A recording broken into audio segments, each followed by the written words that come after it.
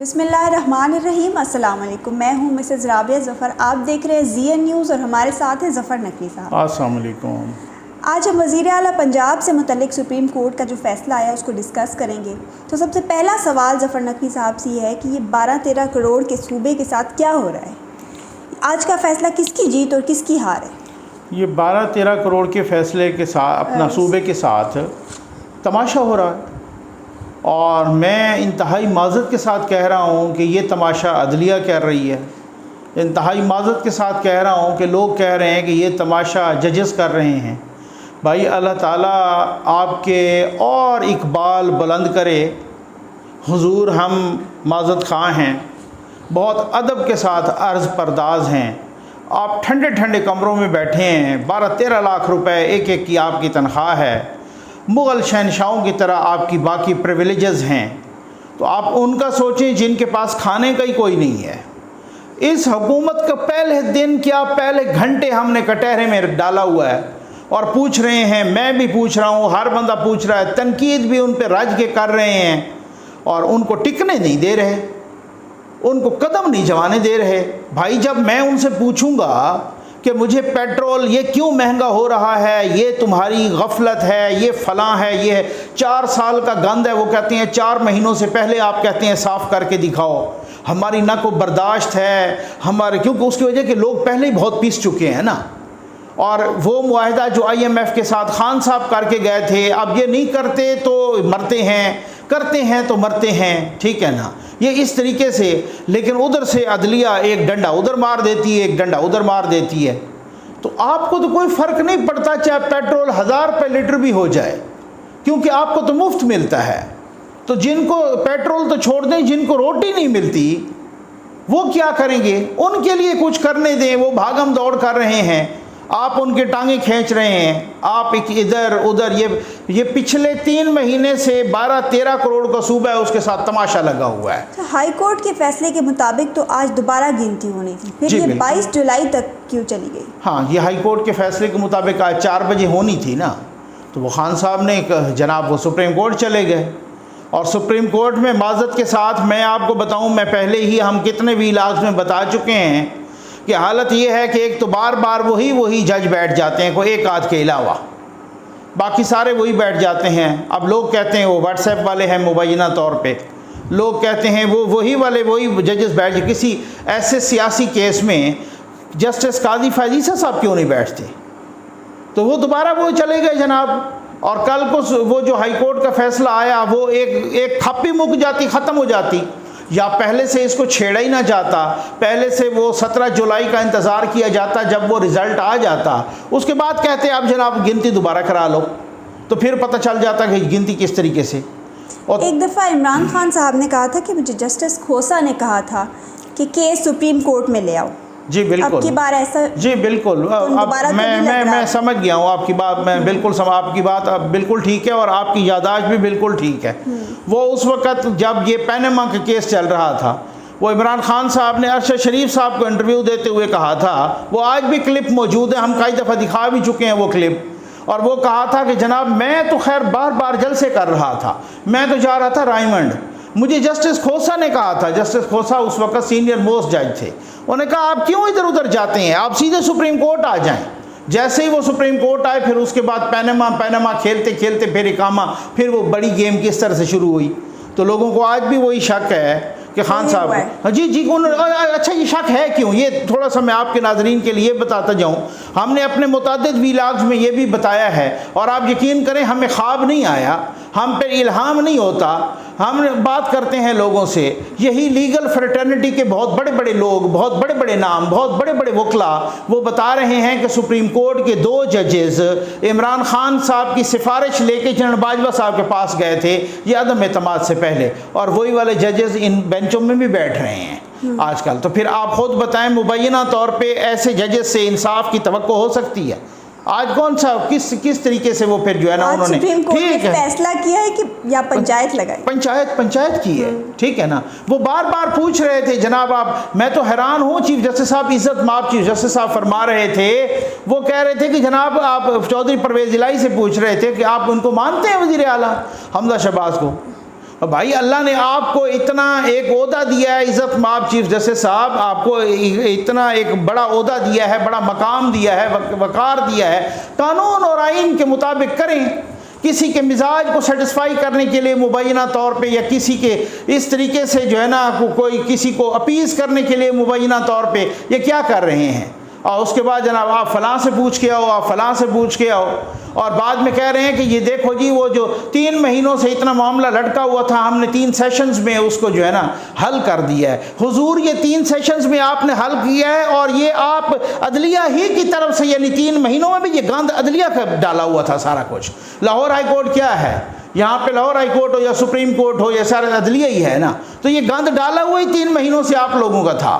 اس وجہ سے 3 سیشنز میں اگر حل کرایا ہے تو بڑی اچھی بات ہے جناب۔ پنچایتیں اسی طریقے سے آپ ایسا کریں، اڈیالہ جیل قریب ہے، ان میں بھی سب کی اسی طرح سے پنچایتیں کرانا شروع کر دیں، تاکہ وہ 3 مہینے کا اور 4 مہینے کا اور 2 سال کا معاملہ نہ جائے، وہ 2 گھنٹوں میں مکتا جائے۔ اسی طریقے سے دونوں فریقین کو بلا لیا جائے۔ تاریخ 22 جولائی تک، الیکشن کو 22 جولائی تک لے کے جانے میں پی ٹی آئی کا کیا فائدہ ہے؟ پی ٹی آئی کا یہ فائدہ ہے انتشار۔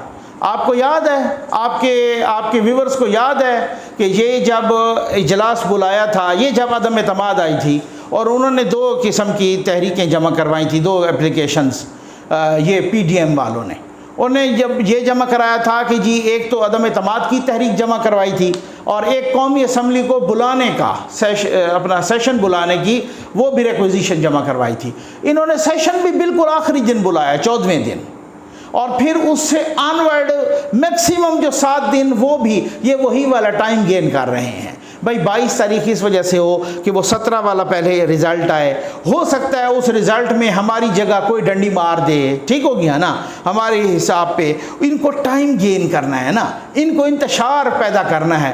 ہو سکتا ہے ٹائم اتنا سارا ہو جائے، ایک اور انتشار پیدا ہو جائے، ایک اور تذبذب پیدا ہو جائے، بے چینی پیدا ہو جائے، ہو سکتا ہے خدا نخواستہ ملک میں کوئی نئی آگ لگ جائے، ہم کو اسی طریقے کی آگ لگائیں۔ وہ فواد چودھری دھمکی دے رہا تھا، وہ ہم سنائیں گے اگلی کسی ویڈیو میں کہ جناب کہ ہمیں دیوار سے نہ لگایا جائے ورنہ ہم مسلح جدوجہد کریں گے۔ اب آپ اندازہ کریں، یہ وہ جس طریقے سے ایک دہشت گرد جماعت نہیں دھمکی دے رہی ہوتی، تو یہ وہ ہے 22 جولائی ان کو اس وجہ سے کہ وہ 17 والا، کیونکہ 17 وہ آئیں گے نا، 17 جولائی کا الیکشن ہے نا 20 سیٹوں کا، وہ ہے، پھر ہم اس پہ ہو سکتا ہے ادھم مچا دیں کہ جی ہمیں یہ تو قبول نہیں ہے، یہ تو رزلٹ ہی قبول نہیں ہے، پھر اس کے بعد ہم ایک نئی ادھم مچا دیں۔ تو یہ بڑا عجیب و غریب کہ 22 جولائی اس وجہ سے کہ ٹائم گین کرنا ہے، اور ہو سکتا ہے اس اتنے تک، کیونکہ بہت سارا ابھی آج ہے 2 تاریخ سے لے کر 22 تک آپ چلے جائیں تو یہ تقریباً جو ہے نا 20 دن بنتے ہیں۔ ان 20 دنوں میں تو بڑی خدا نخواستہ آگ لگ سکتی ہے، کچھ بھی ہو سکتا ہے۔ ان کو چاہیے انتشار، تاکہ کوئی انتشار پیدا ہو، ہم کہیں دیکھیں جی ہم نے نہیں کہا تھا نیا الیکشن کرا دو، تو یہ ایک انتشار پیدا کرنے کی۔ لیکن میں آپ کو بتا دوں کہ فیصلے ہو چکے ہیں بہت ساری جگہوں پر، انتشار ہی رہے گا۔ پھر بھی وزیر اعلیٰ پنجاب حمزہ شہباز رہے گا، اور وزیر اعظم پاکستان شہباز شریف رہیں گے۔ اطمینان رکھو میرے مظلوم یوتھیوں۔ تو پھر کیا حمزہ شہباز شریف صاحب 22 جولائی تک قائم مقام وزیر اعلیٰ رہیں گے یا اصل وزیر اعلیٰ؟ یہ آپ کا بڑا ریلیونٹ کوشچن ہے۔ اس کی وجہ یہ ہے کہ یوتھیوں کو، کیونکہ میں اکثر و بیشتر کہتا ہوں کہ یوتھیوں کا ایوان بالا یعنی اپر چیمبر فارغ ہے، ٹھیک ہو گیا نا، عقل سے فارغ۔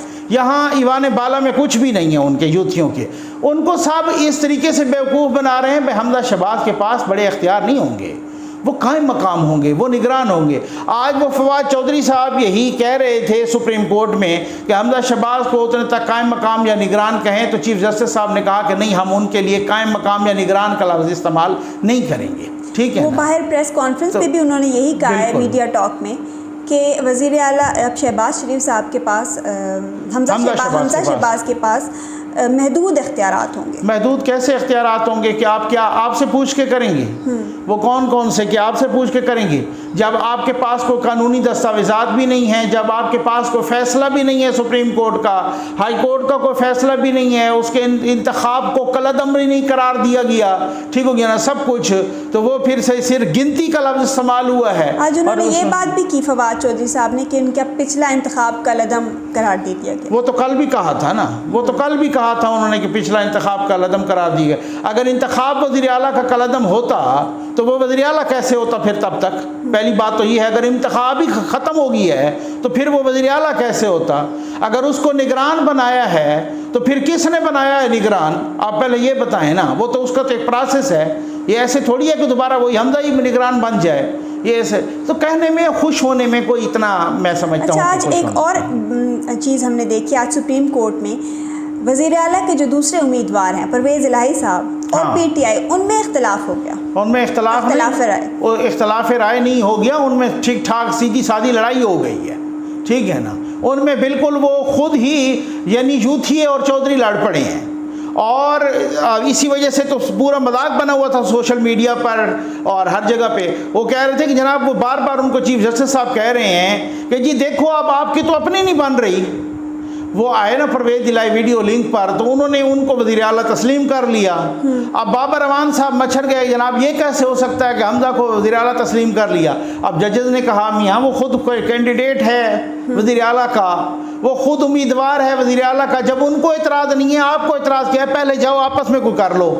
ٹھیک ہے نا. پھر بعد میں جب بگڑی یہ بھی ایک وجہ ہو سکتی ہے کہ بات اتنی بگڑی کہ پرویز الہی صاحب وہ قابو نہیں آ رہے تھے تو اس وجہ سے وہ جناب انہوں نے کہا کہ جی اب عمران خان صاحب بھی مانتے ہیں ان کو.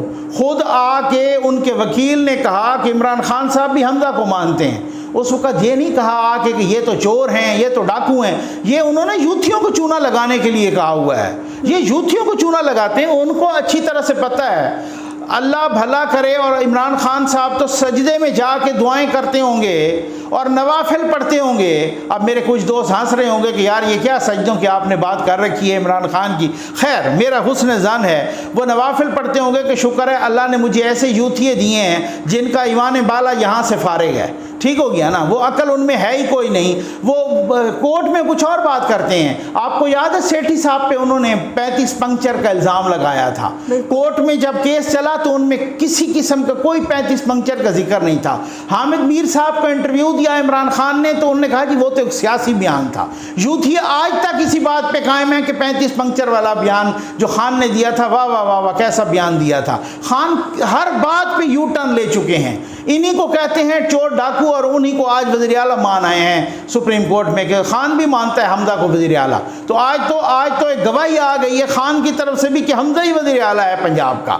آج تو وہ اور بھی پکا ہو گیا. انہوں نے یہ کہا ہے کہ عدالت کے فیصلے کا احترام کرتے ہیں. جی عدالت کے فیصلوں کا بڑا احترام کیا. عدالت نے یہ فیصلہ دیا تھا 9 اپریل والا بھی. وہ بڑی بار تنقید کر رہے تھے کہ جناب یہ 12 بجے عدالتیں کھولی. میں آپ کو ایک بڑی زبردست قسم کی آج چلو مجھے یاد آ گئی تو میں آپ کے ویورز کو بتاتا چلوں. یہ جو 12 بجے والا فیصلہ ہے مجھے بہت بڑے سورس نے بتایا ہے.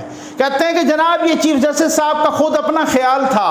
ٹھیک ہے نا. مبینہ طور پہ یہ انہی کا سلسلہ تھا کہ اگر یہ 12 بجے عدالت نہ چلتی نہ لگتی عدالت 12 بجے تو دوسرے دن عمران خان صاحب پر توہین عدالت لگ جاتی. کیونکہ آپ کو یاد ہے نا کہ عدالت نے کہا تھا اگر 9 اپریل 12 بجے تک ایسا نہ ہوا اور یہ عدم اعتماد کی تحریک پہ ووٹ نہ ہوئے تو بس پھر اس کے بعد ہر صورت میں کرنی ہے. اس کے بعد اس سے اگلے دن. تو بھائی یہ 12 بجے والی عدالتوں نے تو آپ کو بچایا ہے. 12 بجے والی عدالتوں نے تو مبینہ طور پہ آپ کی سہولت کاری کی ہے.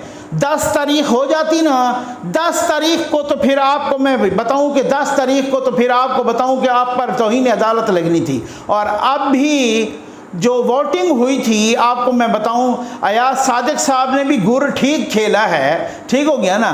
صحیح ٹرک کھیلا ہے.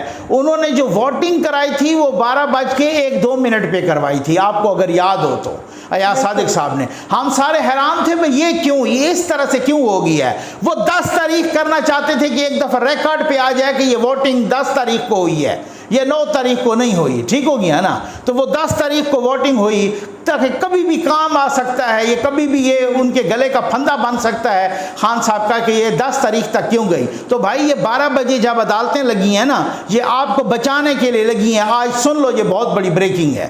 آپ کو بچانے کے لیے یہ 12 بجے لگی تھی. آپ بار کھڑے ہو کے تو 12 بجے عدالتیں کہاں. جتنے عدالتوں کے فیصلوں کا آپ نے احترام کیا ہے وہ بڑے اچھی طرح سے پتہ ہے.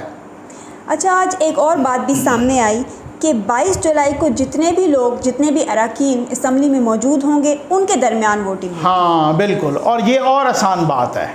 ابھی تو ان کو میں آپ کو بتاتا ہوں نا کہ 177 تو ان کے پاس ہے نا. 9 ووٹ اور آپ کے پاس آ جاتے ہیں تو ان کے 186 پورے ہو جاتے ہیں، اور وہ کہہ رہے ہیں کہ ہم کانفیڈنٹ ہیں کہ ہم 20 میں سے 16 یا 17 سیٹیں جیتیں گے، ہم کانفیڈنٹ ہیں۔ اور اگر 16-17 وہ جیت دیتے تو ان کے 186 سے بھی اوپر چلے جائیں گے، ان کے تو اپنے 190 پہ پہنچ جائیں گے، ہے نا، 190-92 پہ پہنچ جائیں گے۔ میں پیپلز پارٹی کو ملا کے، آزاد کو اور رائے حق کو ملا کے، تو وہ تو پوری کوشش ہوگی کہ اتنے وہ جیتیں، وہ تو پورا زور لگائیں گے، ٹھیک ہے نا۔ اب بات یہ ہے کہ یہ سمپل جو آپ نے بات کی ہے، یہ تو اور مزے کی بات ہے، 186 کی نہیں بات۔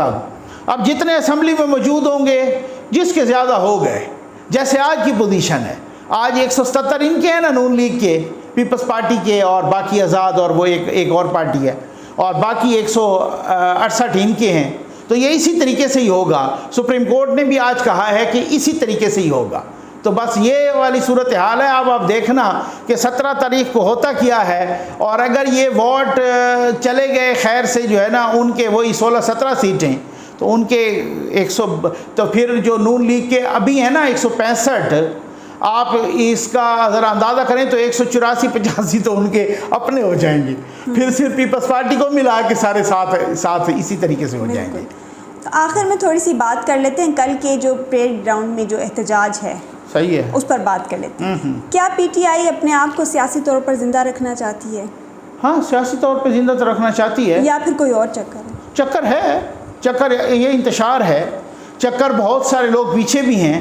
اور آپ کو میں بتاؤں کہ جب انہوں نے ابھی تو حلف نامہ جمع کروایا ہوا ہے انہوں نے ڈی سی کے پاس، ٹھیک ہے نا، ڈسٹرکٹ ایڈمنسٹریشن کے پاس حلف نامہ جمع کرایا ہوا ہے، ہم اس پہ سری نگر ہائی وے پہ نہیں آئیں گے، ہم جو ہے نا ریڈ زون میں نہیں داخل ہوں گے، ہم بالکل کوئی راستہ بلاک نہیں کریں گے، اگر کریں گے یہ علی نواز امان یہاں کا ان کا صدر ہے، ڈسٹرکٹ کا ضلعی صدر ہے، انہوں نے سائن کر کے دیے ہوئے ہیں۔ ایک بڑی مزے کی بات آپ کو بتاؤں، ڈی سی صاحب نے کہا ہے کہ پریڈ گراؤنڈ وہ تو ٹھیک ہے، چلو یہ اجازت ہم دیں گے، لیکن پریڈ گراؤنڈ کی اجازت آپ کو جی ایچ کیو سے لینی ہوگی۔ انہوں نے جی ایچ کیو کے گٹے گوڑے پکڑ کے پریڈ گراؤنڈ کی اجازت لی ہے، یہ لکھا ہوا ہے، ٹھیک ہے نا، انہوں نے جی ایچ کیو سے گٹے گوڑے پکڑ کے پریڈ گراؤنڈ کی اجازت لی ہے۔ یہ حالت ہے۔ آپ کو بتاؤں کہ پچھلے احتجاج میں اسلام آباد ہائی کورٹ کہتی رہی کہ بھائی حلف نامہ جمع کرا دو نا، انہوں نے جمع نہیں کرایا کیونکہ نیت میں فطور تھا نا، کہ بھائی ہم نے آگ لگانی ہے نا، پھر اگر ہم نے حلف نامہ جمع کرایا ہم تو پھنس جائیں گے۔ اب کی بار انہوں نے کرا دیا حلف نامہ، ان کو بھی پتہ ہے کہ چپ کر کے آئیں گے، چپ کر کے جائیں گے۔ انہوں نے کہا 12 بجے تک چھوڑ دو گے پریڈ گراؤنڈ، اگر نہیں چھوڑے گا دھرنا نہیں دو گے، اگر نہیں چھوڑو گے 12 بجے تک تو پھر اس کے بعد جو سیکیورٹی فورسز کارروائی کریں گی، پھر وہ خود ذمہ دار ہوگے جو سخت کر کے دے رہا ہے، پھر وہ کریں گے، وہ تیار ہیں بالکل۔ آپ دیکھیں اگر یہ 12:30 تک بھی ادھر رہیں تو ان کا حشر کیا ہوتا ہے، یہ لگ پتہ جائے گا۔ اچھا، یہ پھر سے ایکسٹینشن کی آوازیں آ رہی ہیں۔ میں آپ کو ارشد شریف صاحب کا ایک ٹویٹ پڑھ کے سناتی ہوں۔ اچھا، مجھے لمبی ایکسٹینشن تار چاہیے، ایک سندھی دوست نے دینے کا وعدہ کیا ہے، لندن والے دوست نے پیغام بھیجا ہے، کچھ بندوبست کرتے ہیں، کیا میں ان پر اعتبار کروں کہ یہ مجھے لمبی ایکسٹینشن تار دیں گے؟ گھر والے کہتے ہیں کیوں مانگتے ہو، ہم کچھ نیا بندوبست کر دیتے ہیں، آپ بتائیں کیا کروں؟ ہاں، اب ارشد شریف نے دیکھے نا، اشاروں میں لمبی ایکسٹینشن تار، اور نیچے اس نے وہ سندھی دوست، نیچے اس نے تاروں کا وہ گچھے بھی بنائے ہوئے ہیں، ٹھیک ہو گیا نا، وہ ایکسٹینشن بورڈ بھی بنائے ہوئے ہیں، ٹھیک، اس کے اوپر تاریں بھی لپیٹی ہوئی ہیں اس کا اپنا ٹویٹ میں۔ اب اس میں آپ یہ دیکھ لیں، بس سندھی دوست نے وعدہ کیا ہے، اور جو لندن والے دوست ہیں وہ بھی کہہ رہے ہیں چلو ٹھیک ہے کچھ کر دیتے ہیں، ٹھیک ہے نا۔ اب میں ان پہ اعتبار کروں یا گھر والے تو یہ کہہ رہے ہیں کہ کچھ اور بندوبست کر دے۔ اب کچھ اور بندوبست کیا ہو سکتا ہے؟ کچھ تو یہ باتیں بھی چل رہی ہیں نا، جیسے وہ وپن راوت کا عہدہ نہیں تھا، ٹھیک ہے نا، وہ سی ڈی ایس تھا، کون سا تھا، چیف آف ڈیفنس سٹاف کا، تینوں سروسز چیف کے اوپر کوئی اس طرح کا بندوبست وہ بھی چل رہا ہے۔ ویسے وہ بھی اس کی کوئی لیگیلٹیز دیکھی جا رہی ہیں، لیکن دوسری ایکسٹینشن کی بڑی آج کل آوازیں آنے لگ گئی ہیں، اور وہ خود ہی جو ہے نا زرداری صاحب اور شہباز صاحب یہ بھی، اور جیسے ہی باجوہ صاحب کی ایکسٹینشن کی بات ہوتی ہے یوتھیوں کی بکری بیٹھ جاتی ہے، کیونکہ ان کو پتہ ہے کہ باجوہ صاحب کے ساتھ جس طرح سے ہم پرسنل ہوئے ہیں، ان کو اگر 1 سال کی اور ایکسٹینشن مل گئی اور خود اپنے ان کے ادارے کو جی ایچ کیو کو بھی کوئی اعتراض نہ ہوا، پھر تو ہماری بکری بیٹھ جائے گی نا۔ پھر تو جو ہمارے نیچے وہ 7 اداروں کے اندر کوئی انڈیویجول یا ادھر ادھر جس کسی نے کوئی اس طریقے سے ہماری کوئی ساتھ لگایا بھی ہوا ہے وہ ہمیں آس امید، تو وہ بھی ڈوب جائے گی اور سارا کچھ معاملہ خراب ہو جائے گا، اور پھر یوتھیوں کو تو میں نے کہا نا بالکل ہی چھوٹی ہو گئی نا، تو یہ صورتحال ہے۔ آج کے پروگرام میں بس اتنا ہی، امید ہے آپ کو آج کا پروگرام پسند آیا ہوگا، اپنا فیڈ بیک ضرور دیجیے گا۔ اللہ حافظ۔